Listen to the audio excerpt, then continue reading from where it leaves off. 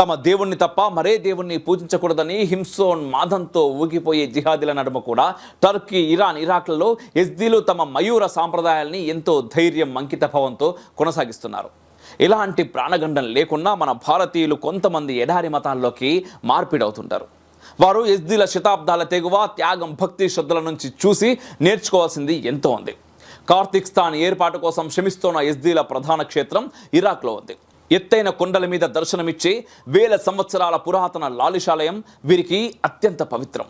పునర్జన్మను కూడా నమ్మే యజ్దీలు లాలిష్ టెంపుల్లో ప్రతి ఏటా ఏప్రిల్ నెలలో ఒక బుధవారం నాడు పెద్ద ఎత్తున గుమిగూడతారు. అది వారికి న్యూ ఇయర్. ఈ రోజే సృష్టి ప్రారంభమైందని వారి విశ్వాసం.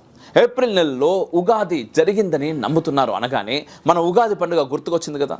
మార్చ్, ఏప్రిల్ నెలల్లోనే తెలుగువారు, మరాఠీలు, తమిళులు, కేరళ, కర్ణాటక వారు, ఇంకా అనేక ఉత్తరాది హిందువులు కూడా కొత్త సంవత్సరం వేడుకలు జరుపుకుంటారు. అదే పద్ధతి యజ్దీల్లో ఉండడం వారికి వేదభూమి అయిన భారత్తో ఉన్న సనాతన సంబంధాన్ని మరింత స్పష్టం చేస్తోంది.